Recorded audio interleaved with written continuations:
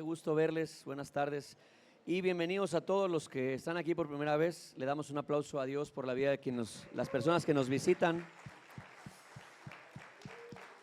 Gracias a los chicos de alabanza, multimedia, a la gente de servicio. Ustedes no saben lo que tiene John aquí atrás, pero John ya tiene aquí un frigobar.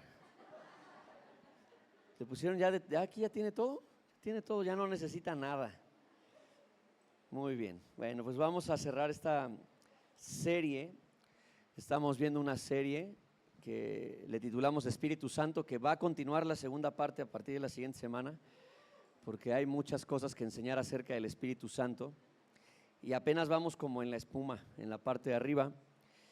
Y quiero profundizar una idea de algo que enseñamos la semana pasada y lo voy a profundizar de esta manera, ¿no? Es el asunto de que hablábamos de que en uno de los puntos de la semana pasada yo comentaba que hay muchos creyentes, o todos los creyentes en algún momento, hemos sentido un amor muy grande por Jesús, el Jesús de la Biblia, el Jesús de Galilea, el Jesús que camina y que hizo milagros, y finalmente es la referencia que tenemos, ¿no? Es lo que leemos y es la referencia que tenemos. Entonces generamos como un vínculo afectivo profundo con Cristo, el de la Biblia, el Cristo de Galilea. Y por otro lado está la expectativa de la iglesia de que Cristo va a volver, un día regresará y va a volver y lo estamos esperando. Pero entre que amamos al Cristo histórico y esperamos al Cristo futuro, en el presente no estamos disfrutando ni viviendo a Cristo como deberíamos. Y ese es el mayor problema que hay el día de hoy en la vida de los creyentes. El tema de tener mucho amor por el Cristo de la Biblia. ¿Y por qué es un problema?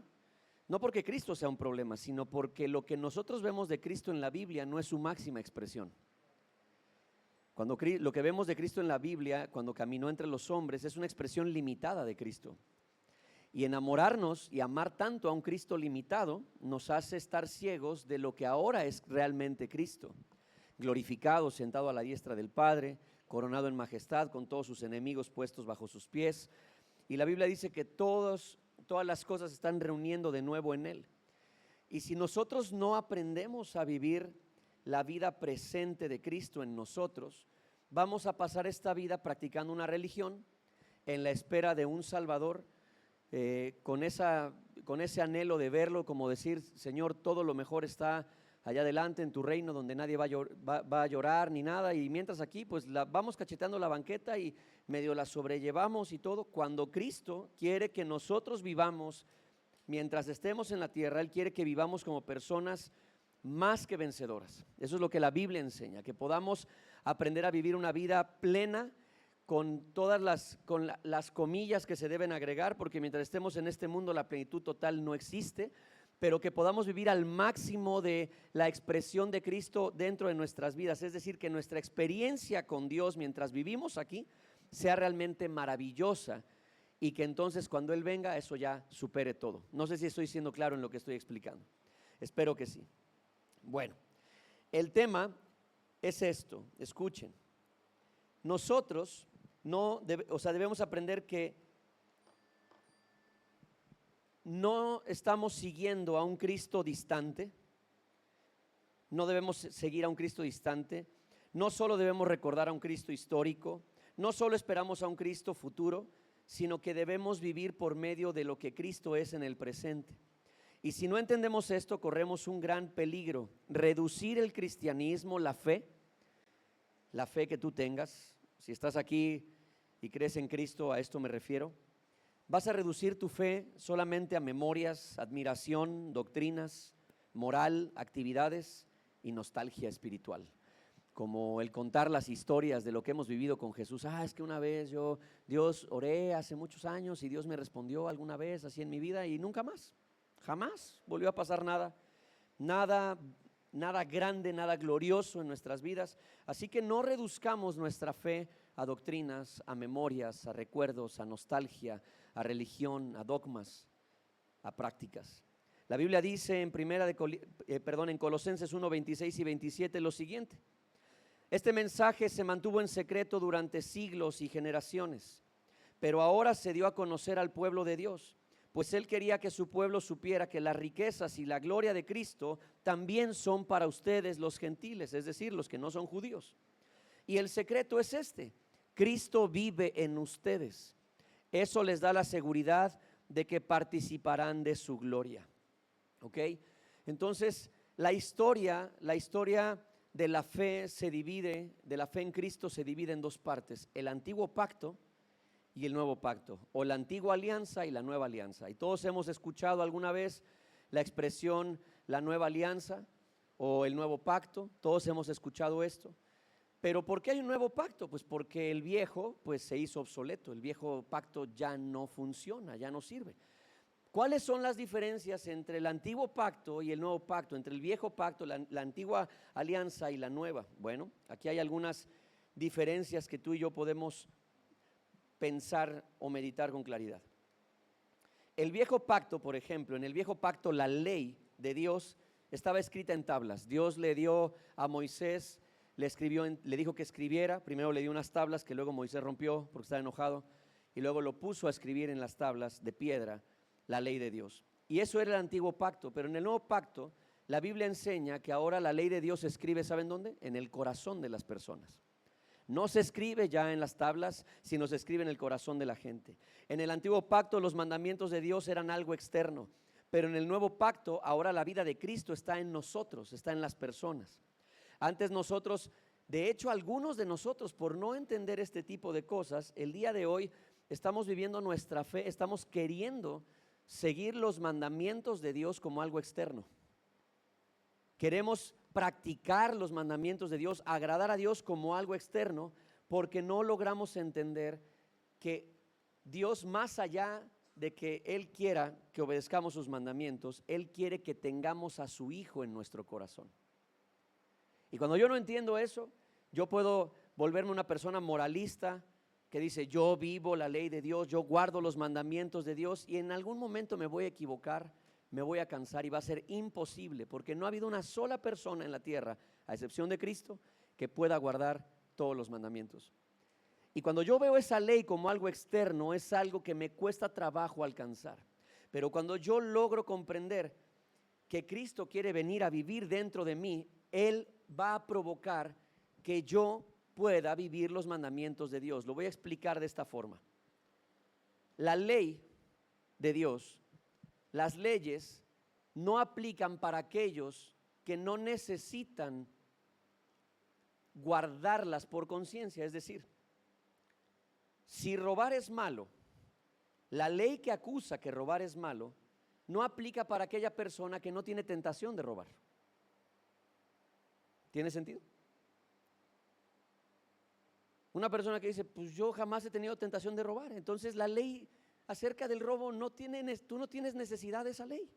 ¿Por qué? Porque nunca has tenido tentación de robar. Y así pasa con todas las leyes. Dios habla acerca de honrar a los padres, de no decir mentiras, de no hablar falso testimonio, de no envidiar, de todas estas cosas. Y en algo alguno de nosotros nos atoramos ahí. Quizás alguien diga: yo no soy de los que roba, pero ¿qué tal envidio? Entonces, en el momento en el que yo me doy cuenta que soy una persona envidiosa, la ley que dice: no envidiarás, no codiciarás las cosas de tu prójimo, aplica sobre ti. Ahora, cuando Cristo viene a morar en una persona, como Cristo ya vivió y cumplió todas esas reglas, esas leyes, cuando Cristo viene a morar dentro de la persona, esas leyes, Cristo que está dentro se encarga de producir un nuevo corazón en la persona para que ya no sienta envidia. Por lo tanto, la ley ya no tiene peso sobre esa persona. ¿Estoy siendo claro? Por eso es que antes el antiguo pacto era: guarden la ley, y la gente decía: ah, sí, yo me porto bien, yo no envidio. Pero Dios conocía sus corazones. En la práctica, ellos no robaban las cosas de su vecino, pero las deseaban. Y lo que Jesús viene a hacer no es a cambiar nuestra vida moralmente, decir: ah, son buenitos ahora todos, qué lindos son, qué bonitos se ven todos como para una foto, se portan bien, ya no dicen groserías, ya no hacen trampa, ya no hacen estas cosas, llegan temprano a su casa, ya no engañan a su jefe. Y Jesús no vino a hacer ese tipo de cambios morales. Si yo pienso que Cristo vino solo a convertirme en una mejor persona, estoy haciendo a Cristo algo muy pequeño. Lo que Cristo hace en el corazón de la persona es que le cambia el corazón y la persona deja de desear hacer esas cosas, porque Él produce nuevos deseos limpios. Entonces yo ya no tengo necesidad de que me apliquen esa ley. ¿Tiene sentido? Eso era el antiguo pacto. En el antiguo pacto, Dios habitaba en el templo, pero ahora habita en el creyente y en la iglesia. En el antiguo pacto el Espíritu Santo venía sobre algunos en momentos específicos para tareas específicas, y entonces hacían ciertas o cosas maravillosas de forma específica, pero ahora el Espíritu Santo mora permanentemente en todos los hijos de Dios. En el antiguo pacto había sacrificios repetitivos para el perdón de pecados. Ahora hubo un solo sacrificio que es suficiente para siempre, el sacrificio de Jesús. Nunca más tendremos que hacer sacrificios porque ya se hizo el perfecto y glorioso sacrificio del Cordero de Dios.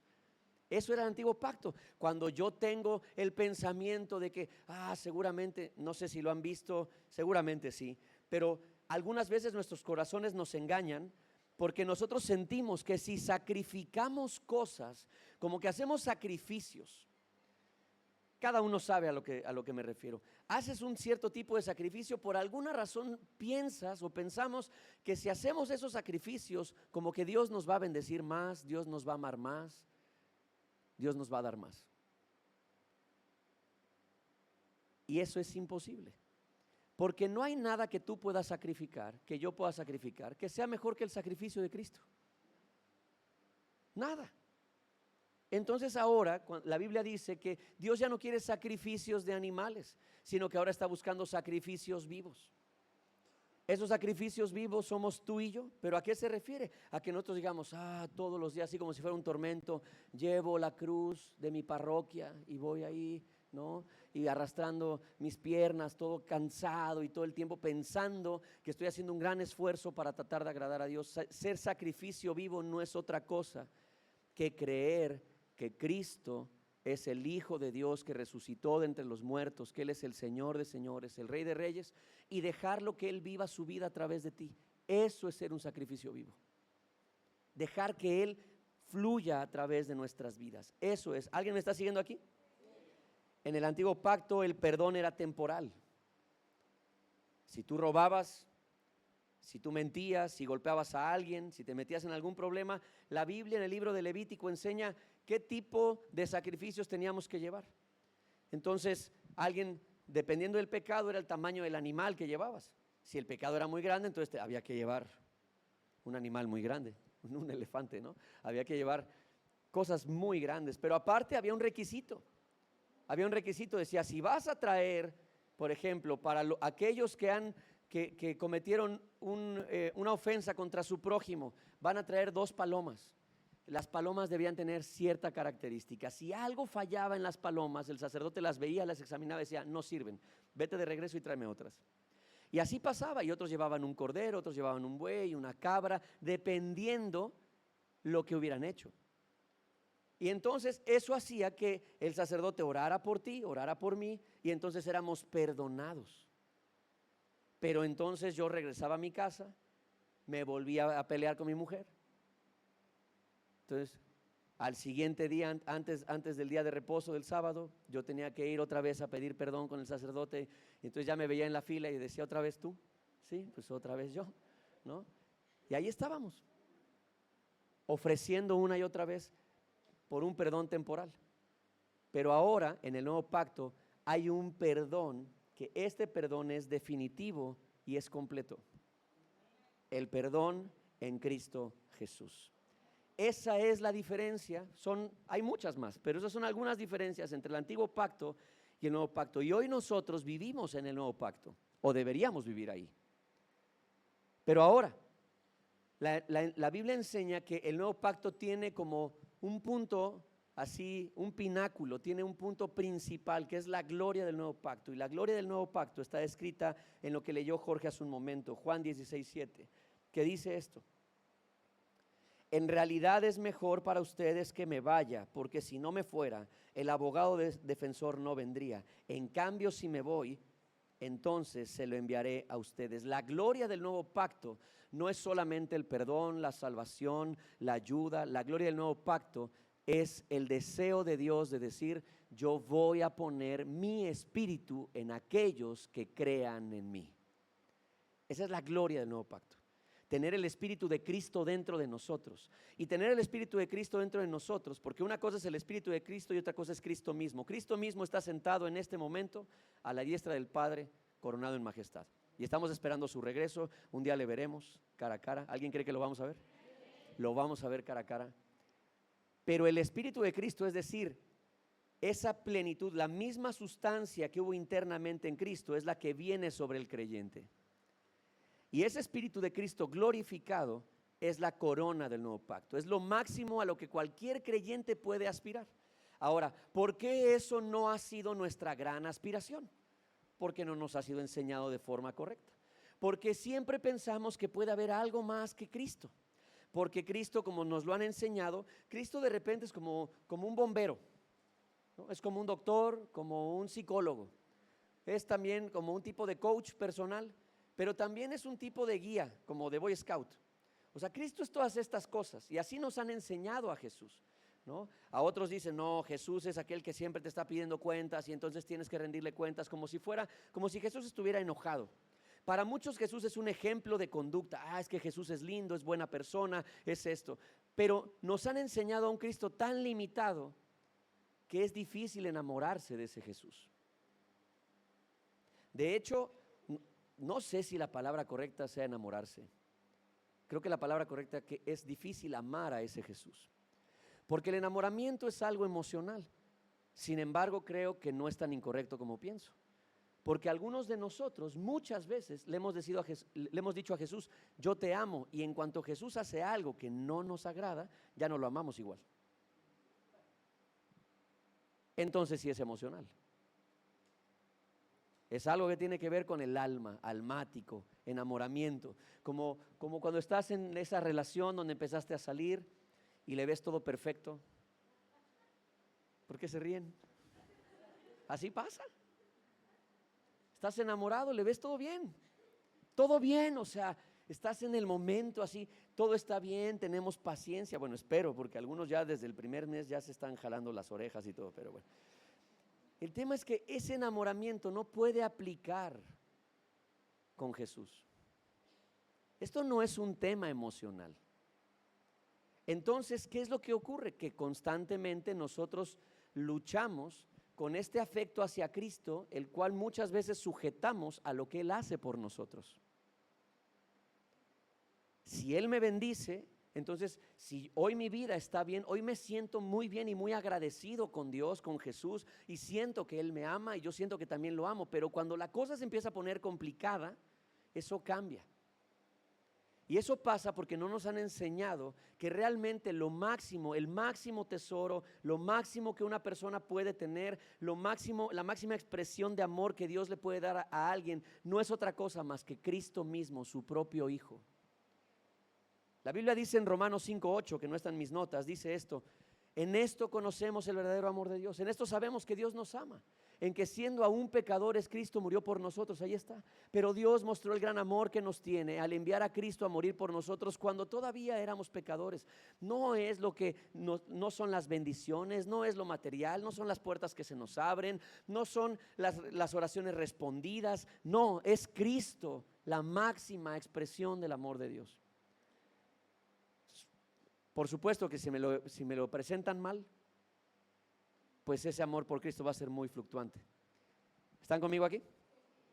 Así que quizá tú y yo hemos admirado a Jesús, hemos escuchado de Él y hasta nos hemos emocionado con su historia, pero el cristianismo no consiste en admirar a un personaje santo, consiste en recibir la vida de Cristo en nosotros. Queridos, hay mucha gente que admira a Jesús y luego va y hace todo lo contrario. Mucha gente a la que le preguntas: ¿qué piensas de Cristo? Y te dicen: no, que es lo mejor que ha pisado esta tierra, vaya, maravillas, es el top de todo. Pero eso no quiere decir que esa persona que lo admira lo tenga dentro. Un día platicando con hace muchos años, todavía era soltero y tenía cabello, ya llovió, vivía con mi hermano Paco y entonces un amigo de mi hermano Paco, un chico ateo, yo siempre lo veía a él como con ganas de debatir conmigo, pero pues a mí mi primer pastor me enseñó lo que la Biblia enseña acerca de que no debemos utilizar la Biblia para contender con nadie. Entonces yo lo veía a él, o sea, él iba a la casa y yo veía como que siempre se me quedaba viendo, no sé si él esperaba que yo le dijera qué, ¿no? Algo así como para empezar una conversación. El tema es que un día ya no resistió y me dijo, oye, quiero hacerte una pregunta. Yo recuerdo que era un miércoles 5 de la tarde y yo iba camino a la iglesia, que la oración de la iglesia empezaba a las 6. Y entonces él me dice, quiero hacerte una pregunta. Le dije, sí, dime. Me dice, ¿por qué eres esclavo de una campana? Así empezó la conversación, ¿no? Y yo le recuerdo que obviamente entiendo lo que me estaba diciendo, ¿no? Refiriéndose a las campanas que usa la iglesia tradicional, ¿no? Para hacer el llamado a los creyentes. Y entonces le dije, bueno, pues no todas las iglesias usan campana, ¿no? Punto número 1. Pero entiendo que tú me estás diciendo que porque soy esclavo de una religión. Y entonces yo empecé a tener una conversación con él bastante interesante, porque yo le dije, mira, eso a lo que tú llamas esclavitud en mi vida, a mí me liberó me liberó del alcoholismo y me liberó de la soledad y me liberó de la falta de propósito. Y si eso es esclavitud, prefiero esa esclavitud. Pero este chico tenía una situación, él era un adicto a la marihuana. Y entonces yo le decía, en cambio, tu libertad, ¿a dónde te está llevando? Yo quiero que me digas, ahorita me puedas explicar cómo es que la marihuana beneficia tu vida. Explícame, más allá de que digas, no, pues me tranquiliza y me ayuda a relajarme, porque el uso medicinal de la marihuana es una cosa, pero ya cuando hablamos del psicotrópico es otra historia, ¿sí? Y entonces yo le dije, dime en qué momento tu libertad, esta libertad que tú sientes que tienes, realmente te está liberando de todo, porque lo que yo te tendría que preguntar es, ¿por qué necesitas consumir marihuana para sentirte bien? Y no tuvo respuesta.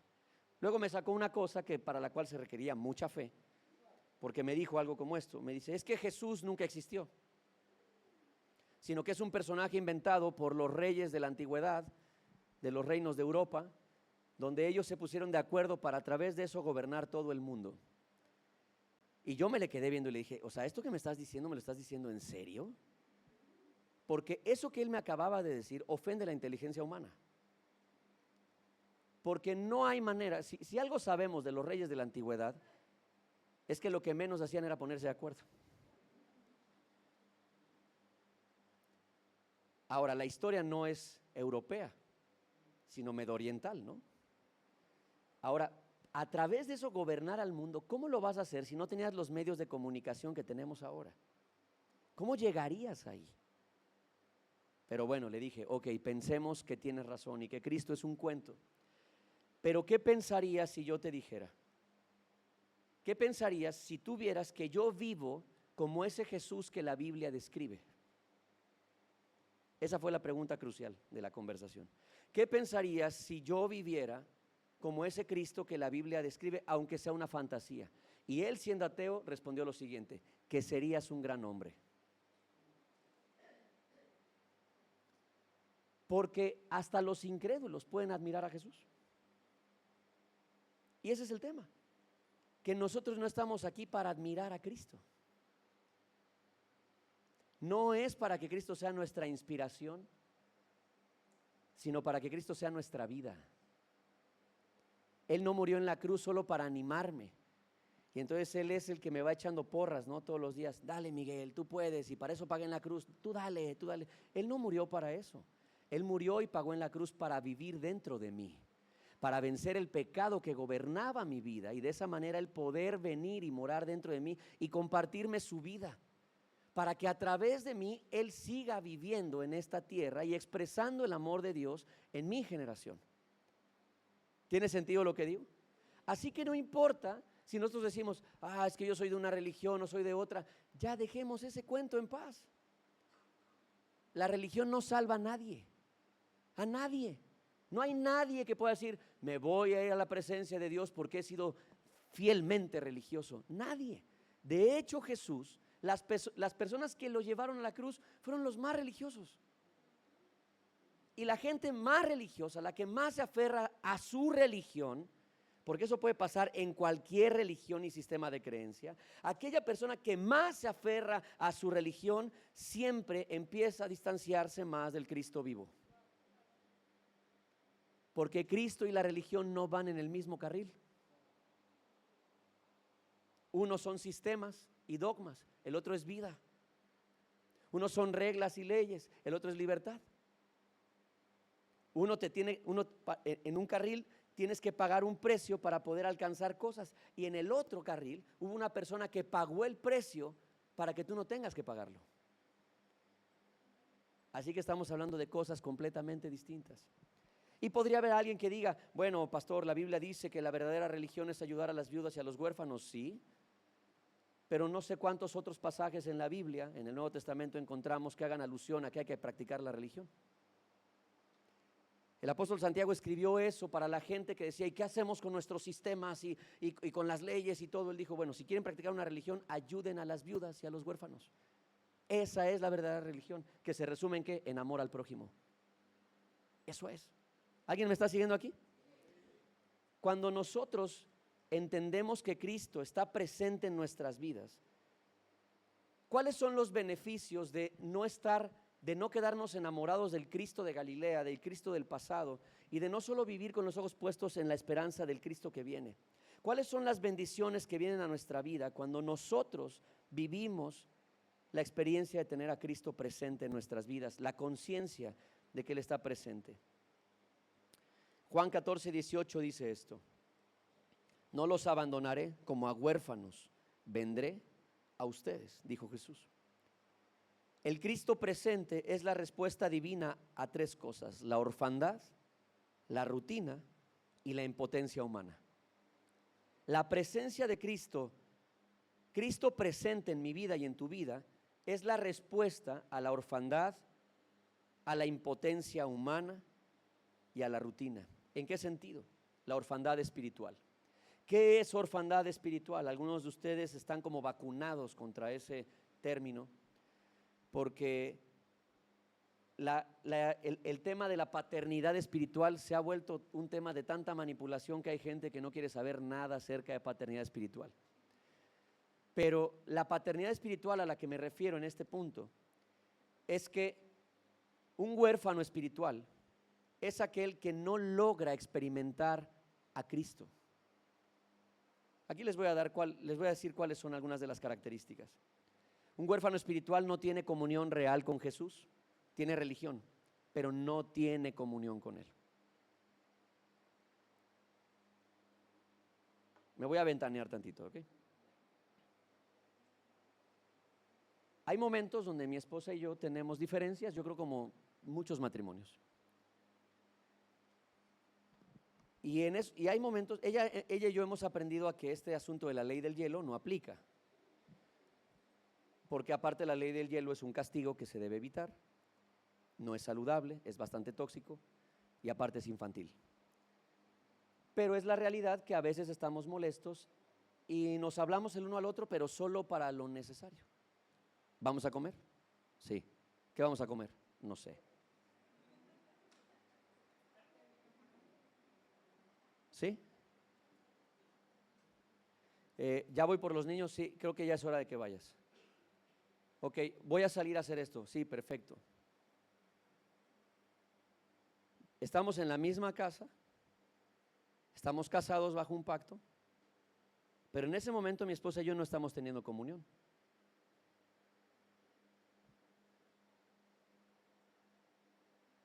Y es eso. Y lo mismo pasa con Dios.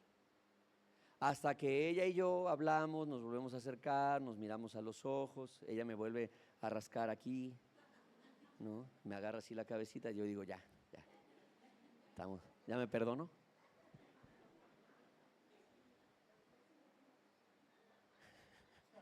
¿Quién sabe qué está diciendo ahí? El tema es que ella y yo no podemos tener comunión si hay algo que está impidiendo. Y así estamos muchas veces nosotros con Dios.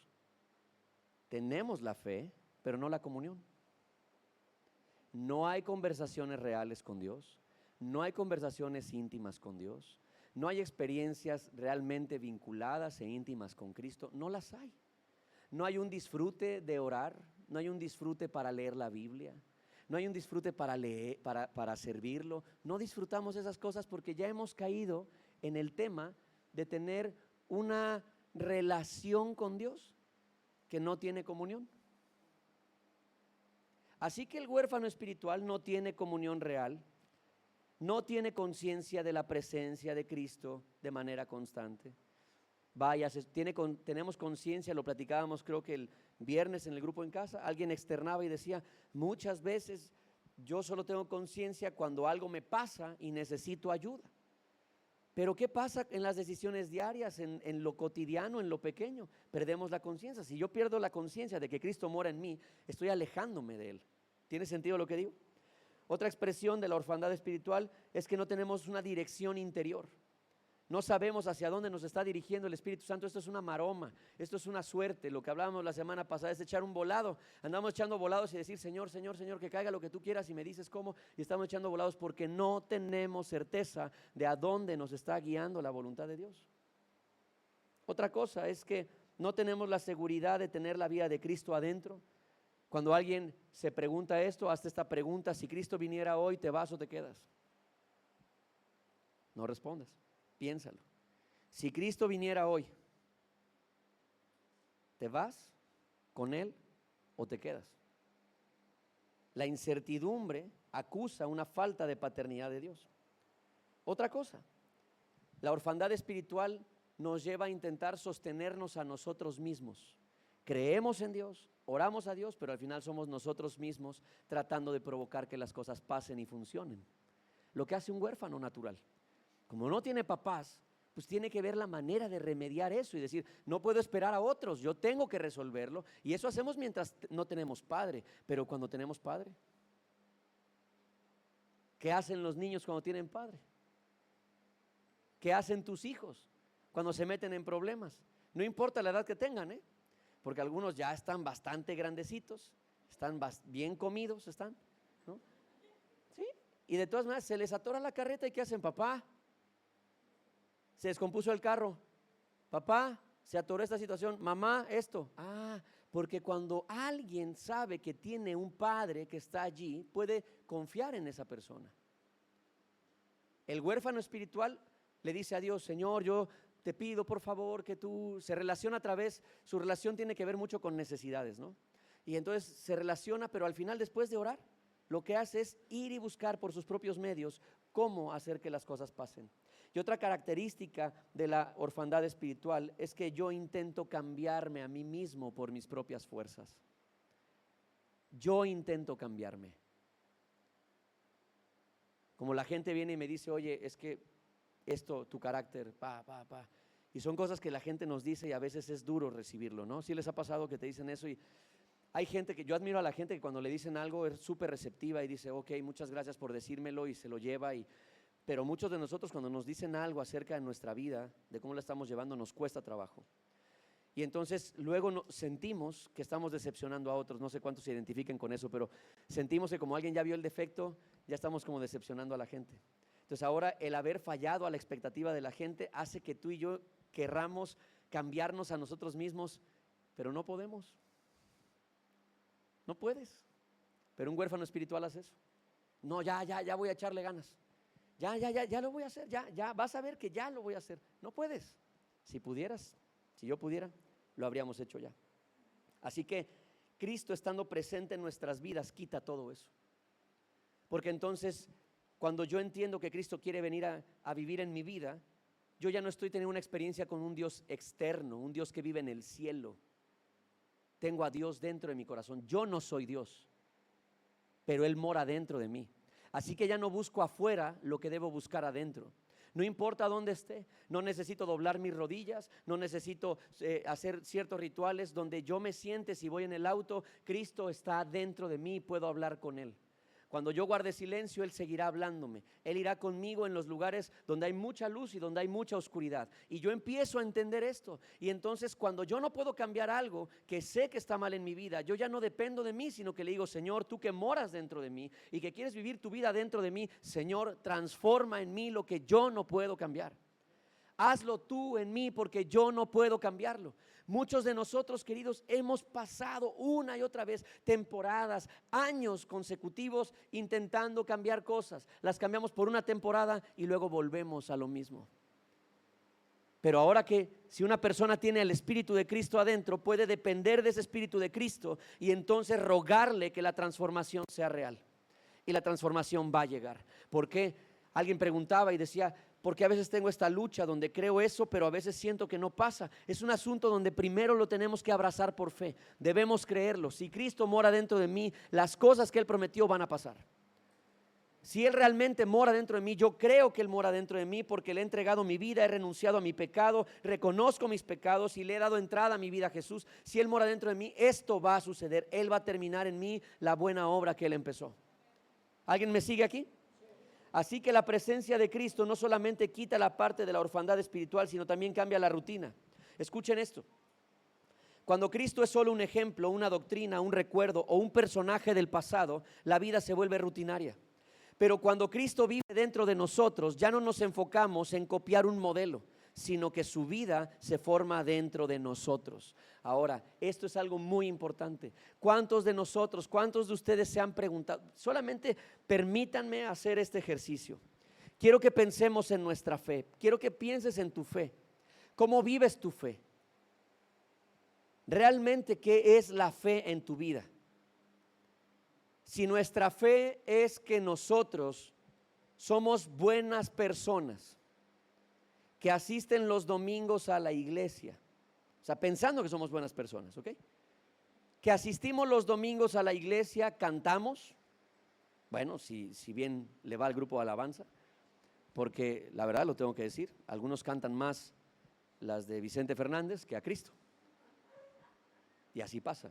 Y son esas cosas que a veces me dicen que no debo decir, pero hay que decirlas, ¿no? Porque no podemos tener una vida realmente de fe y no lograr saber que a quien le cantamos es al que le debemos todo. Pero bueno, imaginemos, si bien nos va, somos buenas personas, asistimos el domingo a la iglesia, cantamos el domingo en la iglesia, tomamos notas en la predicación, servimos en la iglesia, vamos a un grupo en casa, tenemos relación con la gente de la iglesia. Mi pregunta es: ¿eso es todo? No, bueno, pregúntate a ti mismo. Porque probablemente tú y yo estamos haciendo eso. Y cuando decimos soy cristiano, nos referimos a eso. Voy a la iglesia los domingos, canto, soy buena persona, me porto bien. Porque la pregunta que yo tendría que hacerme a mí mismo es: ¿qué diferencia estoy marcando en el mundo?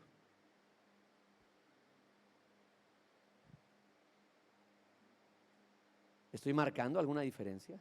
¿Cristo a través de mí brilla? ¿Resplandece? Porque algunas personas, miren, algo que sería muy peligroso es que la gente pueda decir: es que yo sé que Miguel es cristiano, pero no vean a Cristo en mí. Porque a veces estamos más en el mood de estar como promocionando más un sistema de creencias que en reflejar a Cristo. Quiero decirte esto: ¿en qué se reduce tu fe? Hazte esa pregunta. ¿En qué se reduce tu fe? ¿En servicio? ¿En qué? Es obvio que si esto me pasa, donde mi rutina cristiana es lo que ya dije hace un momento, pues va a llegar un momento donde la rutina cansa a cualquiera. A cualquiera. A cualquiera llega un momento donde dice: bueno, ¿y por qué sirves? Pues ya hasta se me olvidó. La rutina cansa todo. Todo, cansa las parejas, cansa los amigos, cansa la iglesia. La rutina cansa todo, puede quebrantar todas las cosas. La pregunta es, ¿por qué tengo una rutina? Si Cristo mora dentro de mí, ¿por qué siento que estoy viviendo una rutina espiritual? Porque la Biblia dice que Cristo mora dentro de mí, pero también dice esto, que Dios hace nuevas todas las cosas todos los días. Entonces, ¿por qué siento que estoy viviendo una experiencia de fe rutinaria? Porque me he desconectado de la conciencia de que Cristo está vivo dentro de mí. No me ocupo por levantarme por la mañana y hacer una pregunta tan sencilla como esta: Jesús, ¿qué quieres hacer hoy a través de mí? Solo piensa en eso. Tienes un trabajo donde vas, ya tienes varios años, o a la escuela, entras a las 8 de la mañana, vas en el camión o en el carro y vas conversando con Jesús y de repente le preguntas: Señor, ¿qué quieres hacer hoy a través de mí? Y imaginemos que en ese momento el pensamiento, tú sabes que es el Espíritu Santo, así un pensamiento irrumpe en tu mente y ese pensamiento te dice: quiero que te desvíes, quiero que te bajes del camión, quiero que te desvíes y vayas a visitar a tal persona. Mi primera lucha sería: Señor, la escuela. Señor, tengo que llegar al trabajo, ¿no puedo ir después? Porque si no, mi jefe me va a regañar o me van a poner falta administrativa hoy hay examen, ¿no? ¿Me están siguiendo? La mayoría de nosotros entraríamos en un dilema y no sabríamos si seguir esa voz o seguir con la rutina. Y luego decimos: Señor, ¿por qué no haces nada nuevo en mi vida?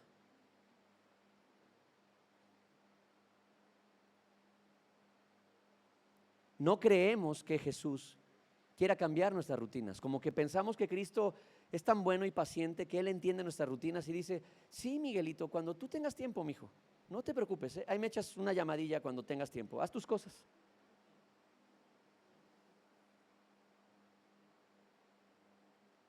Ustedes ven a Cristo de Galilea caminando y lo que menos vemos es rutina. El Evangelio de Marcos me encanta porque entra directo a la acción, o sea, no deja nada. Todavía Mateo y Lucas ahí van hablando de la genealogía y varias cosas, pero Marcos no dice: ¿qué tal, cómo están? Yo soy Marcos. Bueno, aquí les va. Jesús entró y empieza a hablar acerca de una sinagoga liberando a un endemoniado y los enfermos y los endemoniados, directo a la acción.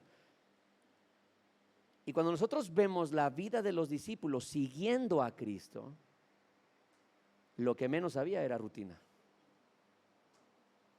Porque en el reino de los cielos, el rey siempre tiene algo que hacer. Jesús siempre quiere algo. Jesús siempre quiere hacer algo a través de nuestras vidas. No hay un solo día donde Él no quiera hacer algo a través de ti y de mí. Y la pregunta es: ¿por qué ayer, por qué hoy no ha pasado nada a través de nosotros? Porque nosotros hemos abrazado más nuestra rutina que nuestra fe.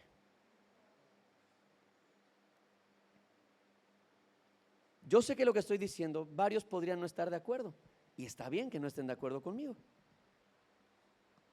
Pero no es algo que me quite el sueño, la verdad, porque es algo que yo veo en la palabra. Si nosotros no dejamos que Cristo nos diga: da un volantazo aquí y ve y no hagas esto, sino aquello, algo tan sencillo como frena el auto, bájate y compra algo de comer para unas personas, no sé, Él te pone un sentir de compra comida y 3 cuadras adelante te encuentras a una familia que estaba pidiendo. Si no tengo ese corazón de poder hacer una pausa, porque Él me usaría poderosamente de forma constante si en algo tan pequeño no soy capaz de obedecer? Cuando entendemos que Cristo va con nosotros en el auto, no externo, sino aquí, y que Él es el Rey de Reyes y el Señor de Señores, y que nuestras vidas le pertenecen, entonces la pregunta es como aquel que maneja InDrive, ¿no? Es como tenemos hermanos que manejan transporte público, tienen taxis y no los llevan a donde quieren. O sea, no es que el chofer diga: qué bueno que se subió, ahorita voy a casa de mi mamá y luego la llevo, ¿no? Sino que se sube el usuario y ¿qué es lo que le dicen? ¿A dónde lo llevo? Bueno, pensemos por un momento que Cristo es ese usuario que dice: hay que preguntarle: ¿qué quieres hacer? ¿A dónde quieres ir? Porque yo voy. Mi trabajo es seguirte, no llevarte a donde yo quiero. ¿Sí? ¿Tiene sentido? Por eso nuestras vidas de fe están apagadas. Por eso ya no hay pasión, por eso no hay aventura, porque no dejamos que Cristo nos saque de la rutina. Y eso es tema de cada uno. Y lo último en lo que nos ayuda la presencia de Cristo, tener a Cristo presente, es la impotencia humana. Y cuando hablo de impotencia humana me refiero a que ninguna persona puede cambiarse a sí misma, lo que hablaba hace un momento. Podemos mejorar hábitos, pero no transformar nuestra naturaleza. Los discípulos aprendieron cosas y mejoraron hábitos mientras caminaron con Jesús. Ellos aprendieron cosas nuevas, aprendieron a orar, aprendieron a levantarse temprano y acostarse tarde, aprendieron a servir, mejoraron sus hábitos, pero ¿saben qué? Cuando vinieron los momentos clave, fallaron. ¿Por qué? Porque ellos habían cambiado hábitos, pero su naturaleza no había cambiado. La gente muchas veces viene a la iglesia, se acerca a Dios para que Dios le ayude a cambiar hábitos, pero no para cambiar la naturaleza que provoca esos malos hábitos. Y Dios no está interesado en cambiar mis hábitos, está interesado en cambiar mi naturaleza, la que provoca todo esto. Así que estos hombres pues caminaban con Cristo, pero luego fallaron. Ahora, ¿qué dice la neurociencia acerca de los hábitos y de la transformación en la vida humana? Escuchen esto. El ser humano no cambia de manera profunda solo por exposición externa a un ideal. Nadie cambia realmente solamente por estar expuesto a un ideal. En este caso el ideal es Cristo. Y solo por estar expuesto ahí y decir, sí, lo estoy viendo, eso no va a ser suficiente para cambiarme. Por eso vemos a mucha gente a la que Jesús ayudó, sanó, liberó y luego gritaban, crucifíquenlo. Porque aunque les hizo el bien y estuvieron expuestos, ¿cuántas veces prediqué esto y cuántas veces lo escuché? Y lo prediqué porque lo escuché y me fue enseñado. Algo como esto. Y los que tienen tiempo en la iglesia o en otras iglesias lo van a entender. Eso que nos decían, toda aquella persona que tiene un verdadero encuentro con Cristo nunca vuelve a ser la misma. La pregunta ahora sería, ¿qué tipo de encuentro? Porque cientos de personas tuvieron un encuentro real con Jesús donde Él los liberó, los sanó y luego regresaron a ser las mismas personas. Así que no está hablando acerca de un encuentro casual ni emocional, ni solamente una noche de milagros, ni cuando viene el profeta y dice cosas, o cuando pasan, se abre el cielo y bajan ángeles, sino se refiere al hecho de que la única manera en la que alguien puede dejar de ser lo que es que Cristo venga a vivir dentro de esa persona. No hay otra manera. Mientras Cristo no tenga ese lugar en mi corazón, yo podré cambiar muchas cosas externamente, pero mi corazón no va a cambiar nunca y tarde o temprano volveré a lo mismo. Hay algo en psicología llamado fijación oral. No sé si aquí hay algún psicólogo aparte de mi esposa, pero hay algo llamado fijación oral, así se describe, desde que somos pequeñitos y estamos en el pecho. Y luego cuando viene el destete, el niño sufre un trauma, porque viene el desapego y hay una fijación oral, entonces aparece el chupón para sustituir eso.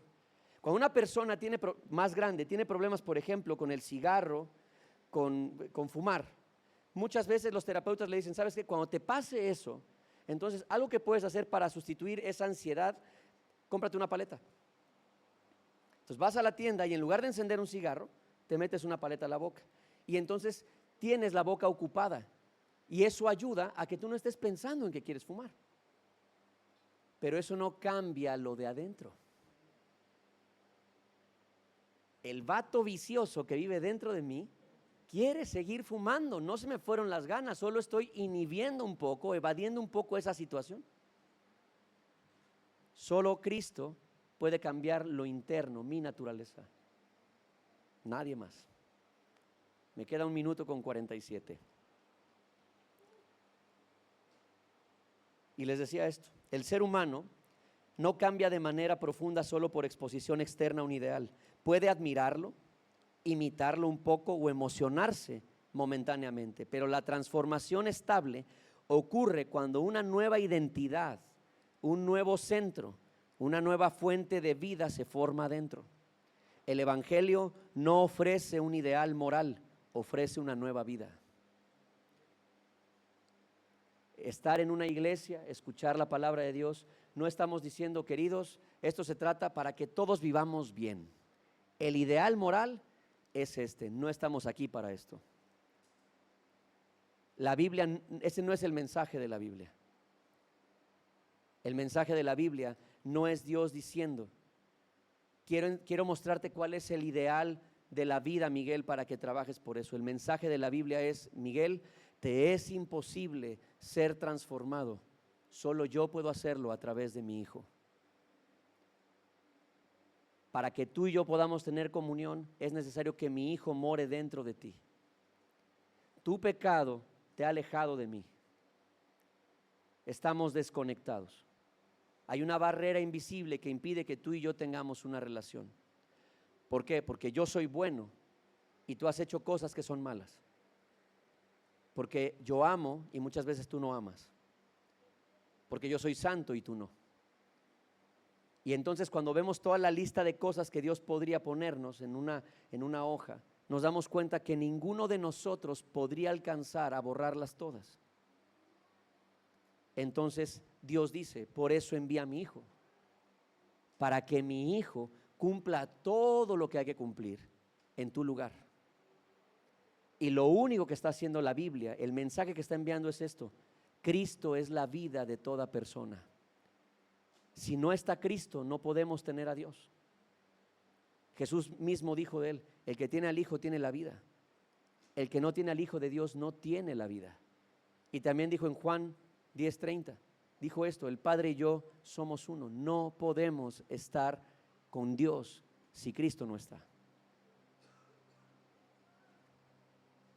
Queridos hermanos, queridos amigos, quiero terminar diciendo que querer mejorar nuestras vidas es algo bueno, pero es muy pequeño.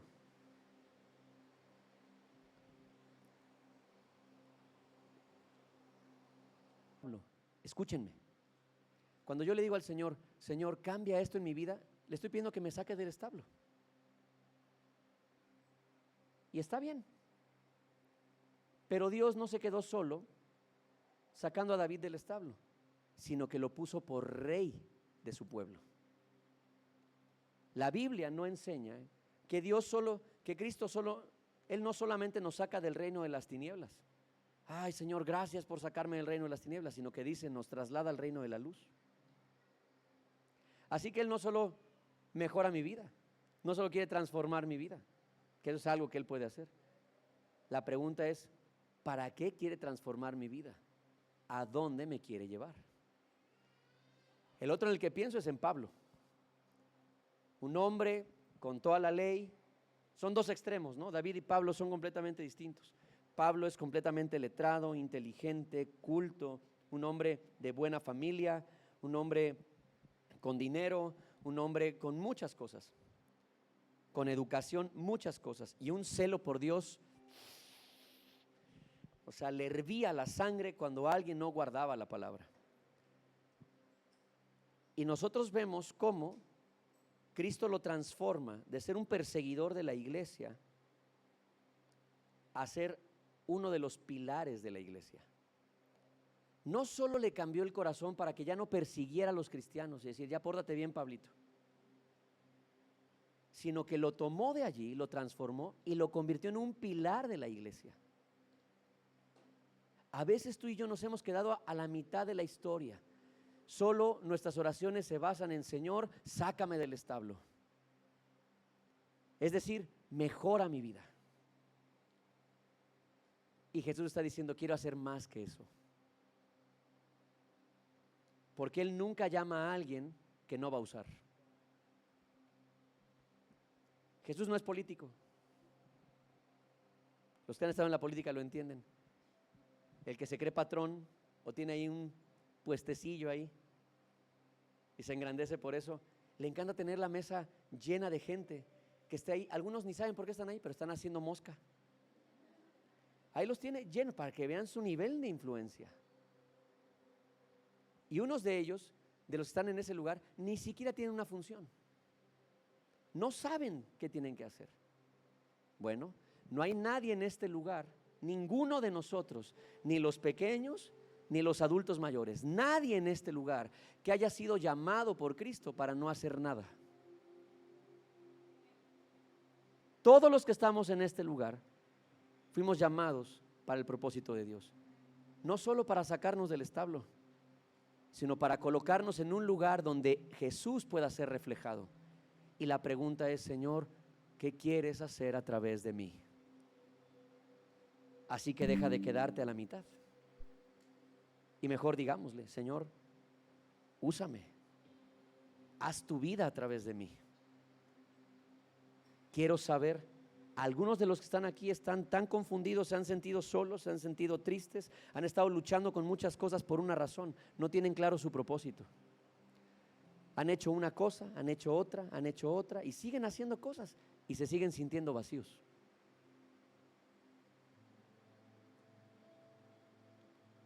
Tratamos de inhibir el vacío con muchas cosas, llenarlo desde afuera. Amigos, salidas, risas, todo eso ayuda. Es padre, es bonito. La misma familia, distracciones, muchas cosas. Y luego cuando estamos solos con nuestros pensamientos, el vacío vuelve. Ahí está. ¿Por qué?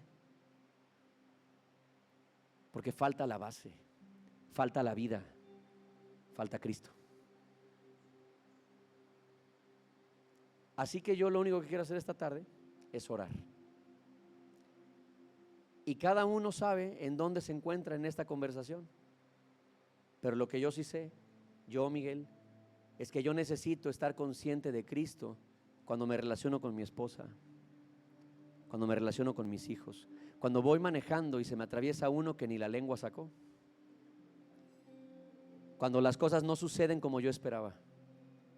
Yo necesito estar consciente de que Cristo mora dentro de mí. Cuando siento que no soy suficiente, yo necesito recordar que Cristo mora dentro de mí, que está presente en mi vida. Cuando las experiencias a mi alrededor me hacen sentir que he fracasado, debo recordar que Cristo mora dentro de mí. Porque todas esas luchas que tú tienes, yo también las tengo. Y lo único que podemos clamar es: Espíritu Santo, danos más de Jesús, revélanos más a Cristo en medio de la enfermedad, en medio de la dificultad, en medio de lo bueno, que no porque todo esté bien sintamos que estamos tocando el cielo. Aquí también recuérdame a Jesús. Jesús es la vida y sin Él no tenemos nada. Amén. ¿Sí? ¿Podemos orar juntos?